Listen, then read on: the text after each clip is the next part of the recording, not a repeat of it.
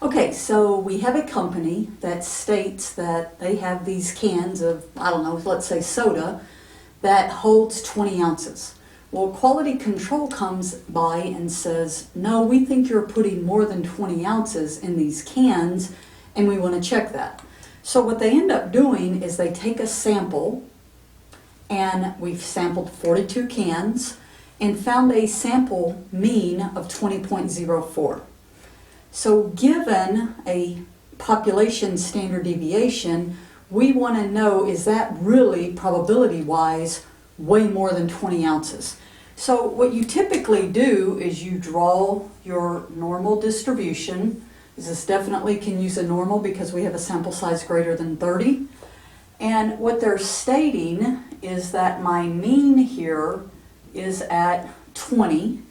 And what we want to know is the sample mean, which is over here somewhere, is this probability, this area right here, pretty high, saying that yes, it looks like we're putting more than 20 ounces of soda in these cans. So how you find this probability is by finding the z-value. The z-value is found by taking the sample mean minus the population mean divided by the population standard deviation, and in this case we have a sample size. So we do the square root of our sample size.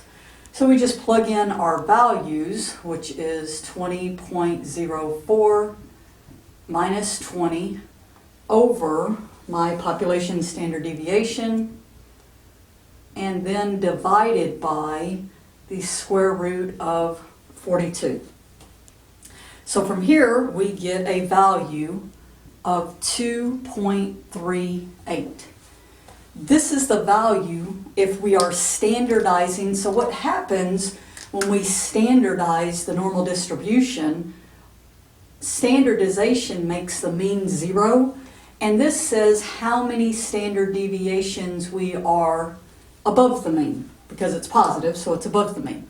So what does this, besides being the number of standard deviations, I want to know what this probability is that I would get a sample of a can that has 20.04 ounces or more.